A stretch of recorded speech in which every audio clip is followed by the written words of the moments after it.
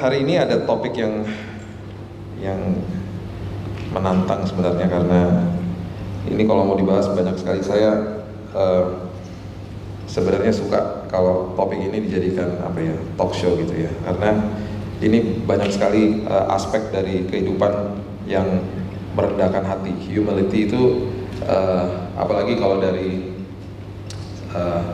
pelayanan hidup saya setelah melewati pelayanan ini dari tahun 98, saya melihat rekan-rekan hamba Tuhan saya dan saya sering menegur mereka dan selalu mengingatkan, ayo jaga hati dan lain sebagainya, karena kerendahan hati itu sesuatu yang seringkali kita terbuai sama dunia, dan akhirnya kita lupa bahwa sikap hati kita akhirnya jadi salah gitu ya. Rendah hati bukan rendah diri, itu dua hal yang berbeda. Rendah hati berarti sikap hatinya tuh betul-betul tidak sombong sikap hati, karena seringkali juga sikap hati nggak kelihatan sama orang lain. Kalau rendah diri itu berarti tidak percaya diri, dan itu minder.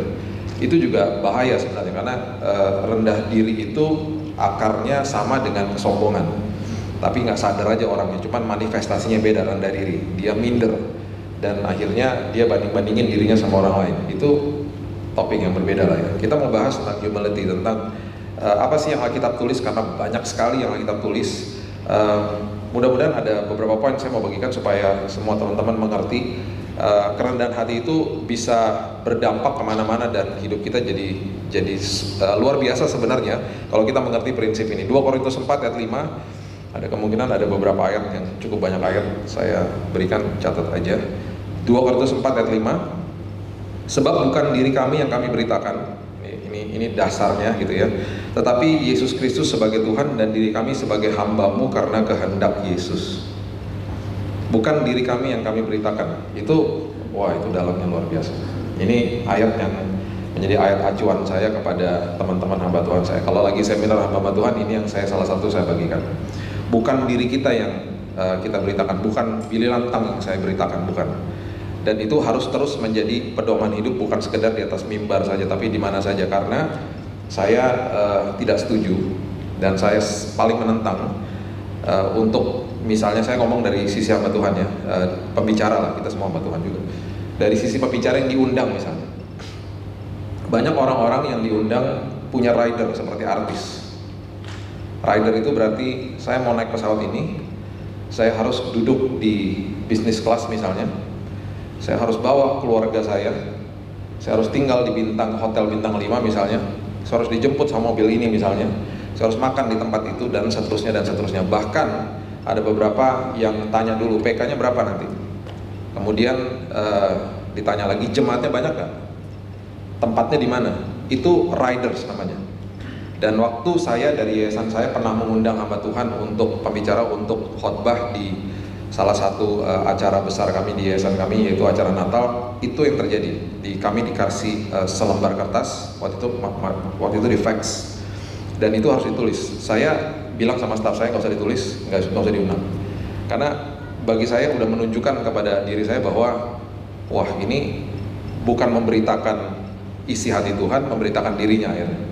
Itu ayat ini. Dan saya sengaja buat podcast kemarin, di podcast saya undang salah satu hamba Tuhan, kita belak-belakan ngomongin persembahan kasih, karena saya udah capek sama hal-hal seperti begini. Ini salah satu dari kalau saya bisa bicara ini, saya bicara dari komunitas pembicara hamba Tuhan gitu ya, dan itu yang terus harus diluruskan. Jadi saya mempunyai kesempatan seperti begitu kalau saya lagi seminar sama mereka. Jadi kalau saya bicara di depan mereka, ya itu yang saya sampaikan gitu ya. Jadi sebab bukan diri kami yang kami beritakan, ini bisa masuk ke dalam hal-hal yang tadinya tabu, nggak dibicarakan.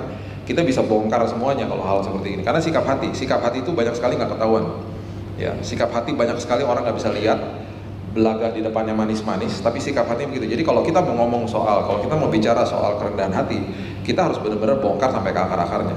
Sebenarnya itu sebenarnya. Mudah-mudahan ini dasarnya supaya teman-teman mengerti. Ya, yang pertama, prinsip yang pertama waktu Yesus mengajarkan kepada murid, sama lah, mereka juga begitu. mereka rada-rada belagu gitu ya, karena mereka tahu bahwa Yesusnya hebat buat mujizat, digandrungi banyak orang dan lain sebagainya. Mereka akhirnya bertengkar di antara mereka, siapa yang akan jadi pemimpin dan seterusnya dan seterusnya. Bahkan ibu daripada Yohanes dan Yakobus datang kepada Yesus satu hari dan tanya, gimana nih caranya supaya anak-anak saya bisa duduk di sebelah kanan Bapa nanti. Kan kurang ajar, duduk di sebelah kanannya Bapa. Ya itu sampai Yesus bilang itu bahkan adalah kedaulatan daripada Bapa di surga. Sampai kayak begitu loh nanya. Nah, di Markus 10 ayat 43 itu perikop yang sama. Ada kemungkinan ini kejadian di tempat yang sama, ibunya tanya, sekarang Yohanes sama Yakobus nanya juga gitu ya. Jadi ini yang jawaban Yesus. Markus 10 ayat 43. Tidaklah demikian di antara kamu, barang siapa ingin menjadi besar di antara kamu, hendaklah ia menjadi pelayanmu. Ini jawaban Yesus. Barang siapa ingin menjadi terkemuka di antara kamu, hendaklah ia menjadi hamba untuk semua orang, untuk semuanya. Karena anak manusia, karena Yesus juga datang bukan untuk dilayani, melainkan untuk melayani dan untuk memberikan nyawanya menjadi tebusan bagi banyak orang. Saya ada karena saya harus melayani. Saya ada bukan untuk dilayani. Jadi itu jadi prinsip hidup saya selama 24 tahun pelayanan. Dan itu yang selalu saya ingatkan diri saya untuk jaga hati. Jadi sampai hari ini saya atur sendiri jadwal saya kasih kesaksian diri saya sendiri lah ya, supaya teman-teman ngerti. Saya nggak pernah suruh sekretaris atau siapapun yang ngatur jadwal saya, karena saya cukup teliti orangnya. Jadi semua jadwal yang masuk ke saya screenshot. Prinsipnya yang penting sayanya benar, bukan yang penting saya tidak salah gitu loh. Kadang-kadang gerejanya salah gitu. Jadi saya kadang-kadang belum dikonfirmasi mau hari Minggunya, saya yang kontak mereka dulu karena nggak dapat konfirmasi. Bu, Pak, ini hari Minggu menurut jadwal saya ngisi di sana, betul nggak gitu? Nah, beberapa kali, nggak sering sih ya, adalah 1-2 kali 1 tahun mereka kasih tahu, oh enggak Pak, nggak ada gitu. Nah, screenshotnya kan saya simpan selalu, saya kirim balik, ini loh pembicaraan kita. Oh ya ampun Pak, mohon maaf gitu. Nggak masalah, sama sekali nggak masalah. Yang penting bukan saya yang salah gitu loh ya. Jadi semua jadwal yang masuk ke saya, semua orang yang nanya sama saya jadwal, yang datang duluan, yang minta duluan, itu saya kasih. Saya prinsipnya gitu. Nah, satu hari saya diundang sebuah gereja yang sangat kecil yang ada di Gang di Jakarta. Di hari yang sama ada sebuah gereja yang sangat besar mengundang saya. Dan saya bilang sama orang itu, mohon maaf Pak, nggak bisa, udah terisi. Mungkin ada kemungkinan ini karena gereja besar, dia ngerti, dia punya kemampuan besar gitu ya. Jadi dan mungkin biasa juga nggak ditolak gitu ya. Kemungkinan besar dia nggak pernah ditolak gitu. Sama orang siapapun yang diundang pasti mau. Dia tanya sama saya, emang ada apa Pak? Gitu.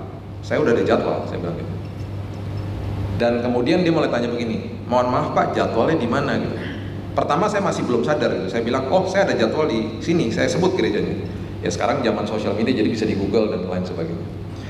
Dan itu kalau di Google kelihatan lah, kalau dilihat klik fotonya gitu, lokasi dan semuanya kelihatan di gang. Bahkan kalau saya ke sana, mobil saya parkir di depan, saya jalan masuk ke dalam gang. Bahkan saya pernah naik Grab ke sana karena susah parkir di situ. Tiba-tiba dia bilang begini, Pak, nggak bisa dibatalin aja tuh yang di situ. Maksudnya Pak, ya batalin aja kan, bisa ke kita dulu nanti, mungkin bisa di reschedule yang gitu. Di situ saya ngerti maksudnya dia. Dan mulai saat itu saya blok dia dan saya nggak mau lagi ke situ. Saya cukup keras dalam hal seperti begitu, karena bagi saya ini prinsip. Saya bilang ini, mohon maaf Pak, mendingan nggak usah deh kalau kayak begitu. Dan saya bukan tipe kayak begitu soalnya. Itu bagi saya sikap hati soalnya. Jadi banyak orang datang kepada saya, mungkin karena ngelihat saya ada di gereja besar segala macam, sungkan gitu ngundang misalnya. Saya bilang enggak, prinsip saya adalah siapapun ngundang saya duluan, saya kasih. Karena itu prioritas, siapa yang ngundang duluan saya kasih. Kalau udah telat ya udah gitu loh. Dan itu yang saya kasih tahu sama dia. Dan itu akhirnya menjaga hati saya, menjaga sikap hati saya, dan itu yang selalu saya baca di sini. Saya ada untuk melayani seperti Yesus, bukan untuk dilayani. Paham ya? Itu sikap hati loh. Dan seringkali saya menemukan teman-teman saya waktu saya ngobrol sama mereka akhirnya banyak yang ngaku sama saya, iya sih, aku pernah bohong. Maksudnya dia batalin jadwal di gereja yang kecil karena dia mengejar panggung yang lebih besar dengan dalih macam-macam. Mohon maaf Pak, saya salah schedule lah, apalah dan lain sebagainya. Nah itu yang harus dibongkar gitu. Ini saya bicara dari sisi hamba Tuhan ya. Jadi ini sikap hati. Sikap hati seringkali orang nggak tahu. Itu sebabnya Yesus katakan, jadilah hamba, karena saya datang untuk melayani, bukan untuk dilayani gitu loh. Nah kemudian dia teruskan begini, Yohanes 13 ayat 4 sampai 5, dia katakan begini. Lalu bangunlah Yesus gitu ya, ini kisahnya, dan menanggalkan jubahnya, mengambil sehelai kain lenan, mengikatkannya pada pinggangnya. Kemudian ia menuangkan air ke dalam sebuah basi, mulai membasuh kaki murid-muridnya, lalu menyekanya dengan kain yang terikat pada pinggangnya itu. Yohanes 13 ayat 4 sampai 5. Ini adalah kisah di mana saat itu di bangsa Yahudi, kalau kita lihat semuanya pada saat itu, semuanya pakai sandal dan debunya kemana-mana, nggak ada beton saat itu ya. Jadi udah kebiasaan orang kalau datang ke sebuah rumah ya, kita masih kalau ke Israel masih bisa lihat rumah-rumah zaman dulu, dan semua perangkat-perangkat kehidupan saat itu sudah biasa ada seseorang yang menyeka kaki daripada orang-orang atau tamu yang mau datang, khususnya kalau lagi ada perjamuan Paskah ketika keluarga datang dan seterusnya. Biasanya yang menyeka kaki adalah pesuruh atau PRT, pembantu rumah tangga pada saat itu. Jadi posisi yang paling rendah, dan itu yang dia lakukan kepada murid-muridnya. Posisi yang paling rendah, dia basuh kaki murid-muridnya. Kemudian dia berikan pelajaran kepada mereka. Pelajaran ini pelajaran daripada dasar, daripada kerendahan hati yang sangat dalam, yang dia berikan prinsip atau pandangan Yesus kepada mereka tuh dia berikannya begini ya. Yohanes 13 ayat yang ke-8. Kata Petrus kepadanya, engkau tidak akan membasuh kakiku sampai selama-lamanya. Jawab Yesus, jikalau aku tidak membasuh engkau tidak mendapat bagian dalam aku. Yesus mulai ngomong lebih dalam.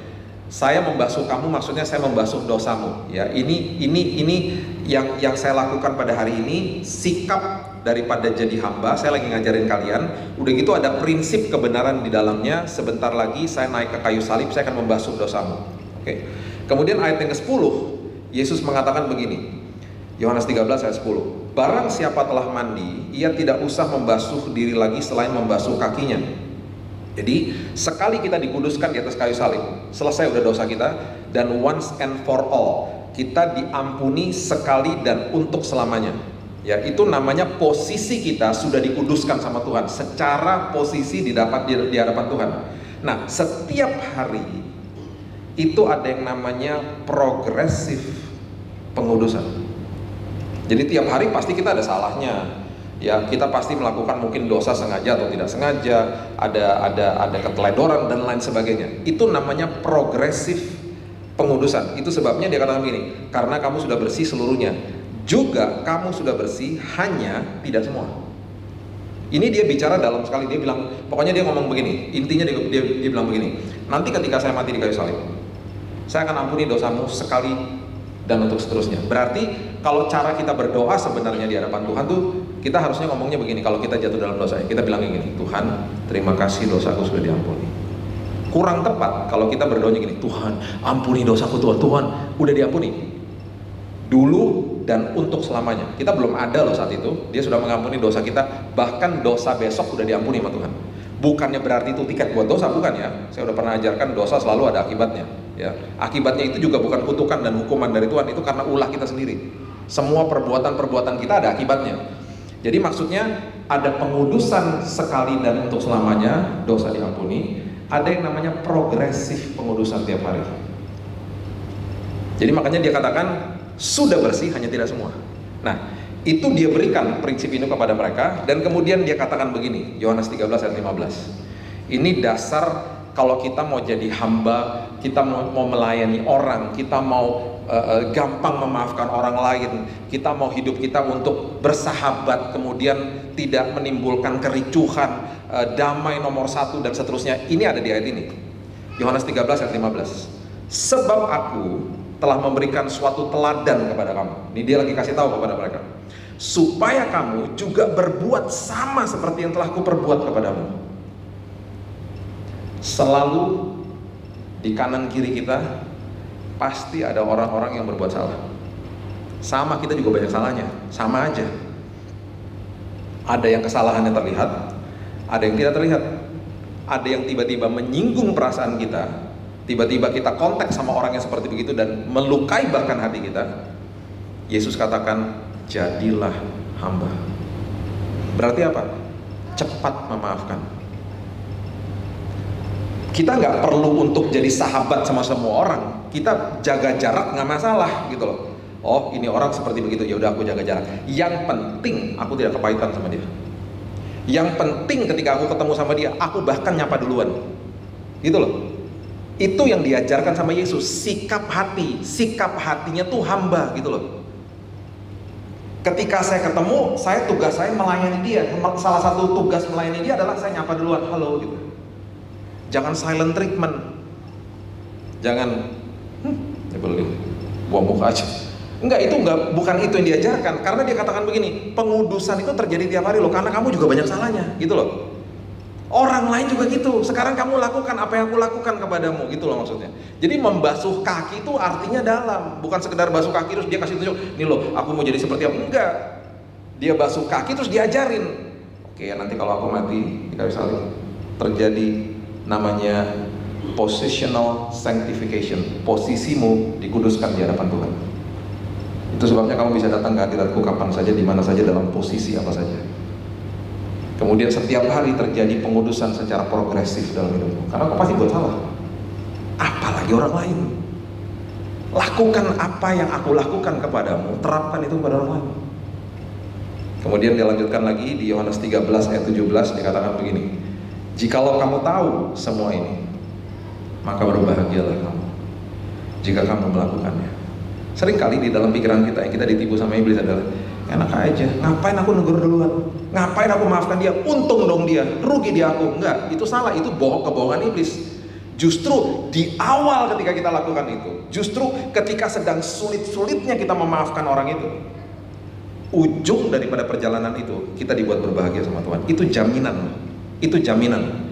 Justru kita akan kurus kerontang dan akhirnya penuh dengan penyakit kalau kita simpan kepahitan. Karena kita beranggapan bahwa enak aja.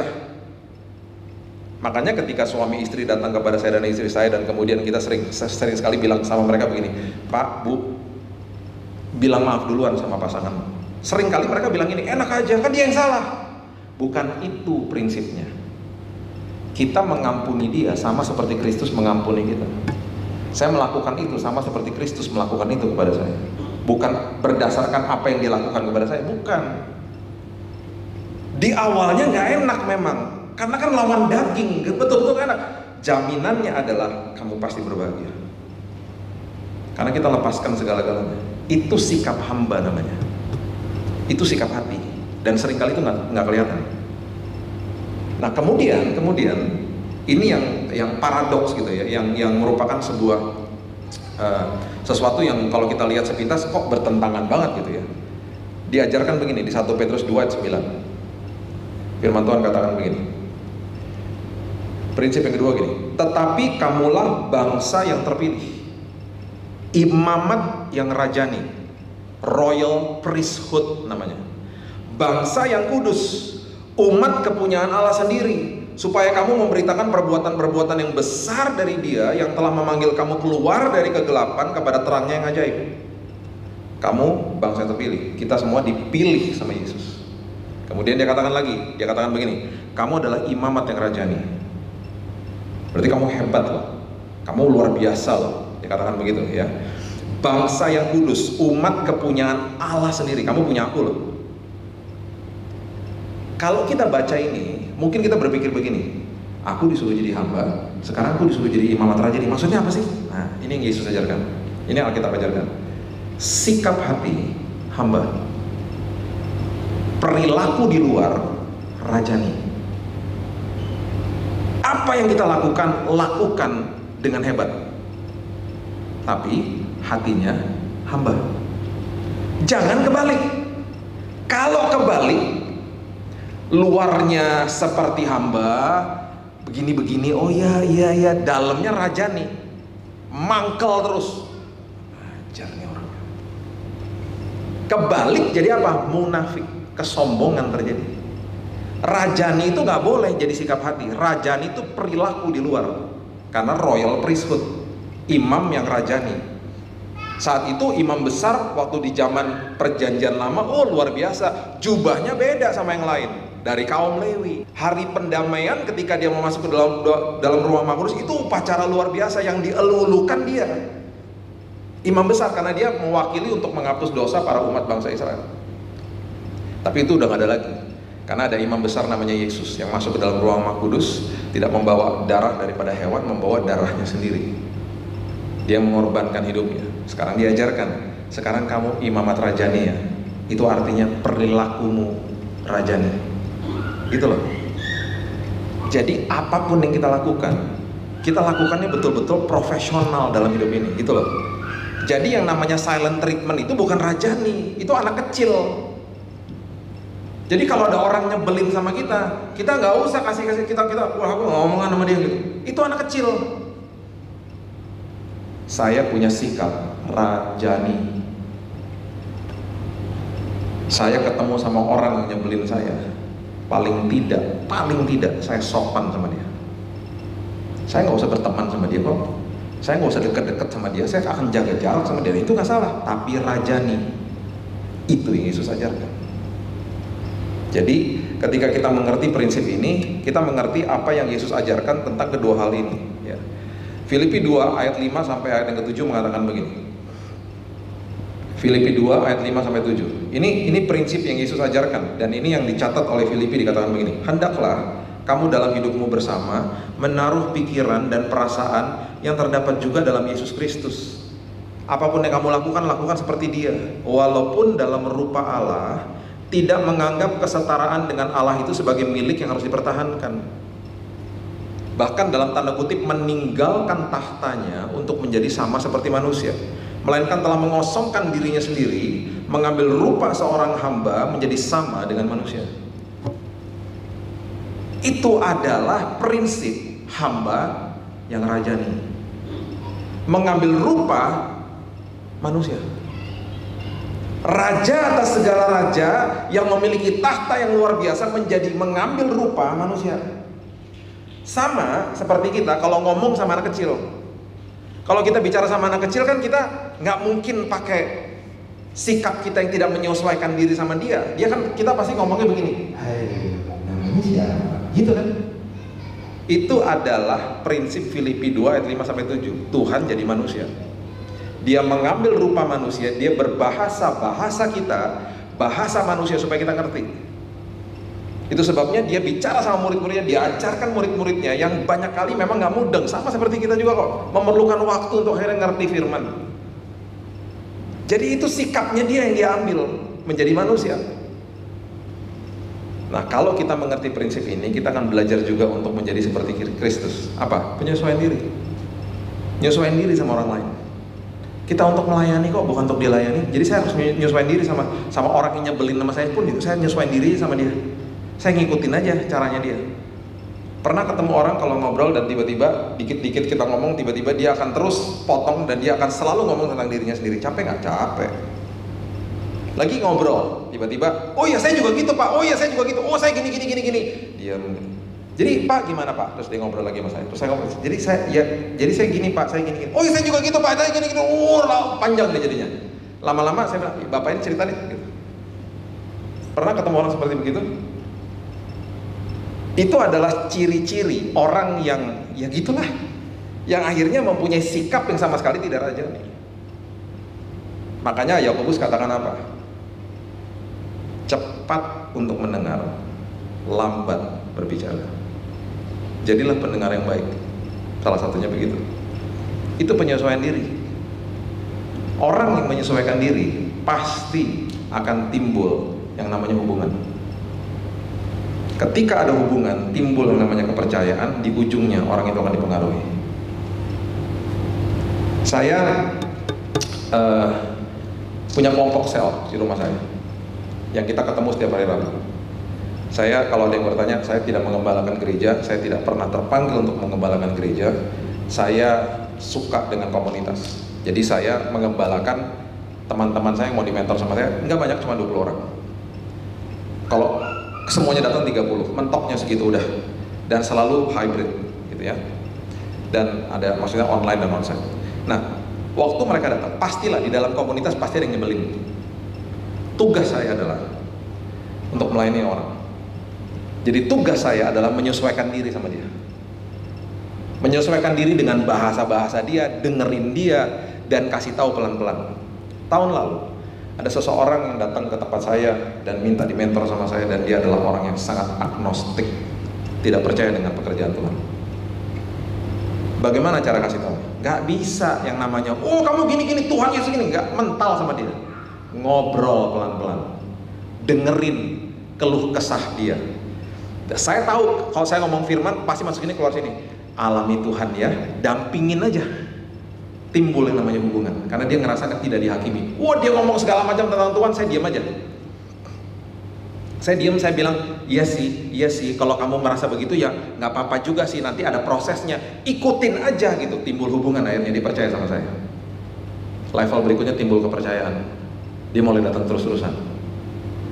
Lambat laun, setelah 6 bulan, saya mulai bisa kasih pengaruh sama dia. Hari ini dia salah satu pembicara yang luar biasa di kelompok sel kami. Dia barusan kasih kesaksian kemarin, hari Rabu kemarin, dan semua diberkati. Dia bilang, aku dalam hitungan 1 tahun diubahkan Tuhan. Kenapa? Karena ada orang-orang di sekitarnya, bukan saya aja ya, teman-teman yang lain juga saya kasih tahu sama mereka. Penyesuaian diri, lakukan seperti Kristus lakukan. Dia menyesuaikan diri seperti manusia. Itu maksudnya. Oke. Paulus katakan begini, 1 Korintus 9 ayat 19. Sungguh pun aku bebas terhadap semua orang, aku menjadikan diriku hamba dari semua orang, supaya aku boleh memenangkan sebanyak mungkin orang. Perhatikan, ini jelas banget. Demikianlah bagi orang Yahudi, aku menjadi seperti orang Yahudi, supaya aku memenangkan orang-orang Yahudi. Bagi orang-orang yang hidup di bawah hukum Taurat, aku menjadi seperti orang yang hidup di bawah hukum Taurat, supaya aku sendiri tidak hidup di bawah hukum Taurat, supaya aku dapat memenangkan mereka yang hidup di bawah hukum Taurat. Prinsipnya gini, aku pilih lantang menjadi seperti orang yang agnostik.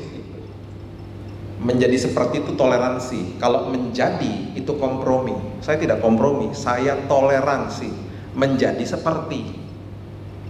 Paulus katakan, aku menjadi seperti mereka supaya aku bisa ngobrol sama mereka, dan lambat laun aku kasih pengaruh firman Tuhan supaya aku bisa memenangkan mereka. Paham ya? Itu yang Yesus ajarkan, sikapnya hamba. Berkali-kali saya tersinggung ketika Yesus saya dicela-cela sama dia. Ada momen-momen di mana saya pengen ngomong, enggak gitu, Yesus enggak gitu. Tapi sabar, saya selalu ingatkan diri saya di sini untuk melayani, saya di sini untuk menyesuaikan diri saya sama dia. Dengerin aja. Dia lagi mengeluarkan isi hatinya, biarin aja.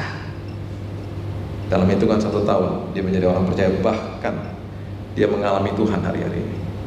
Dia mengalami pertolongan Tuhan yang luar biasa. Sampai-sampai dia bilang gini, luar biasa ya Tuhan ya. Yang tadinya aku gak percaya, sekarang dia nyata dalam hidupku. Walaupun penghasilanku tidak seperti dulu, aku hidupku dalam damai sejahtera Tuhan. Dan seterusnya dan seterusnya. Nanti dibaca sendiri di rumah, waktu saya udah mau habis. Ini banyak sekali sebenarnya bahannya. Pernah dengar kisah orang namanya Barnabas? Bukan Barabas ya, Barnabas. Barnabas itu, saya nggak usah bacain ayat-ayatnya, saya kasih kisahnya aja. Banyak di Kisah Para Rasul 4, 5 gitu ya. Nanti teman-teman baca sendiri. Barnabas ini adalah orang yang mungkin kita nggak pernah dengar namanya. Yang kita dengar yang paling ngetop dan paling luar biasa di Perjanjian Baru namanya Paulus. Betul? Dia adalah orang yang ada di belakang layar kehidupan Paulus. Dia berasal dari Pulau Siprus, pulau kecil. Dan pekerjaan dia adalah dia membantu Paulus. Paulus adalah ex-pembunuh yang memperkenalkan dia kepada markas besar orang-orang Kristen di Antioquia. Itu Barnabas. Itu tertulis di Kisah Para Rasul. Jadi dia cari Paulus, dia bawa Paulus ke Antioquia. Antioquia itu markas besar kehidupan jemaat mula-mula yang disebut orang Kristen, itu dari situ. Bisa bayangkan ketika dia bawa Paulus, apa nggak mereka bilang begini, yang bener aja kamu, Nanti kalau dia bohong-bohongan, dia berkedok, terus akhirnya kita dibunuh semuanya gimana? Aku jamin. Kita nggak pernah dengar namanya. Gara-gara Paulus ketemu sama network jejaring di Antioquia, dia memiliki perjalanan ke Makedonia, kemana-mana, dan tertulislah kitab-kitab seperti Efesus, Kolose, dan seterusnya, Korintus, dan seterusnya. Itu ada orang di balik layar yang kita nggak pernah dengar. Seseorang yang menjual harta miliknya dan memberikan hidupnya untuk melayani pekerjaan Tuhan. Orang kaya loh, punya rumah di sebuah pulau, Siprus. Dan Alkitab menjelaskan juga salah satu kisah yang luar biasa. Mereka lagi pelayanan, dia bawa sepupunya namanya Yohanes yang disebut Markus, John Mark. Yohanes yang disebut Markus adalah penulis kitab Markus. Dan Yohanes yang disebut Markus ini ketika lagi gabung sama kelompoknya mereka, tiba-tiba satu hari Paulus yang keras dan dominan bilang gini, nggak mau, jangan ajak dia, karena kemarin waktu kita lagi mau pelayanan dia nggak datang, mungkin telat, mungkin udah nggak usah ikut gitu. Disiplin aja, nggak usah ikut.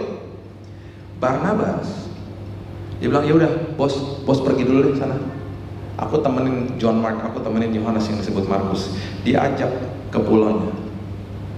Mungkin mereka duduk di pinggir pantai, kita nggak tahu. Dia konseling sama Yohanes yang disebut Markus, sepupunya.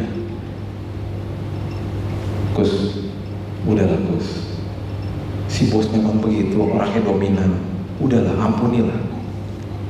Alkitab mencatat Paulus pernah dan setelah kejadian itu Paulus nggak pergi sama Barnabas, dia perginya sama Silas.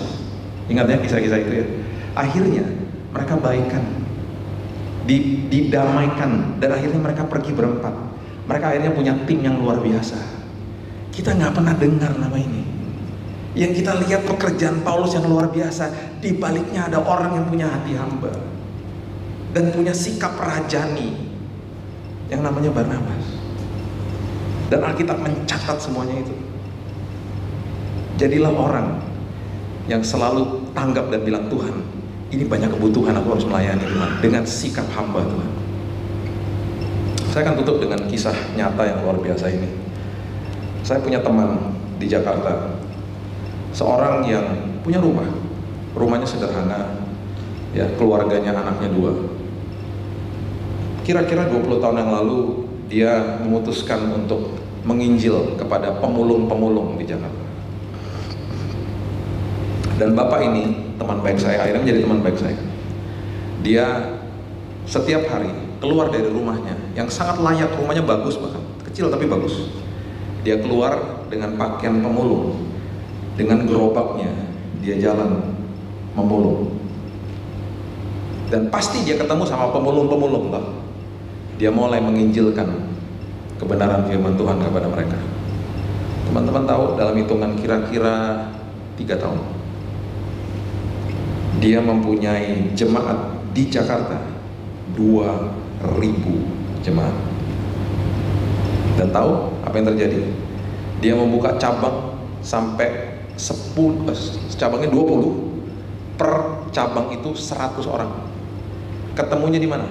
Kolong jembatan, pinggir rel kereta, dan dia punya tempat juga beberapa, ada tempat-tempat kecil di pinggir tempat pembuangan sampah. Saya melayani di gereja dia berkali-kali. Bahkan kalau saya lagi khotbah di pinggir rel kereta, kalau kereta lewat saya harus diem karena nggak ada mic. Keretanya lewat, nggak bisa ngomong. Saya pernah pelayanan di ujung dekat Tanjung Priok, tiba-tiba di dalam rumah air pasang. Jadi lagi bawa firman, tiba-tiba kakinya semuanya direndam air. Dan itu air got. Karena air pasang menekan air gotnya naik. 2.000, bukan recycle loh. Kan ada gereja yang terima dari jemaat lain, bukan. Ini betul-betul pure semuanya. Orang-orang yang lahir baru terima Yesus karena hasil dia memulung. Dan hasil memulungnya itu juga diberikan kepada mereka. Salah satu orang yang dia pernah beritakan Injil, marah sama dia. Bahkan pernah membuang dia ke sebuah kali Ciliwung. Kalau teman-teman tahu di Jakarta kan kali Ciliwung besar, dibuang ke situ. Orang yang membuang dia akhirnya menjadi wakil gembala. Yayasan kami support dia. Dia setiap bulan datang ke kantor saya. Kami support dia, saya pelayanan di gereja dia. Bahkan saya panggil teman-teman hamba Tuhan untuk buat tim khusus melayani di mereka. Yang terjadi apa? Gak ada yang mau. Karena gak ada PK-nya. Kita kalau ke sana kita bawa makanan, kita beri kok kepada mereka. Setiap kali jumlah mereka udah lebih dari 2000, dia masukin ke gereja-gereja lokal karena dia nggak bisa tampung udah. Dan jemaatnya bertambah terus menerus. Kira-kira tahun 2018 Pak Manca ini namanya, dia meninggal. Hati saya hancur, sedih. Dia dedikasikan hidupnya untuk jadi kado bagi orang lain. Jadi kalau kita mau bilang sama Tuhan, Tuhan saya mau belajar humility, saya mau belajar supaya hati saya rendah hati. Yesus sudah ajarkan kepada kita. Milikilah sikap hati yang penuh dengan hamba dan memiliki perilaku rajani di luar sini. Jadilah orang-orang yang belajar senantiasa menyesuaikan diri sama orang lain, bahkan sama musuh kita, dan lakukan apa yang Yesus lakukan. Selalu berpikir begini, apa sih yang kira-kira Yesus lakukan kalau dia ada di sini dan dia ketemu orang seperti begini? Karena dia ajarkan itu kepada kita semuanya. Mari kita berdoa.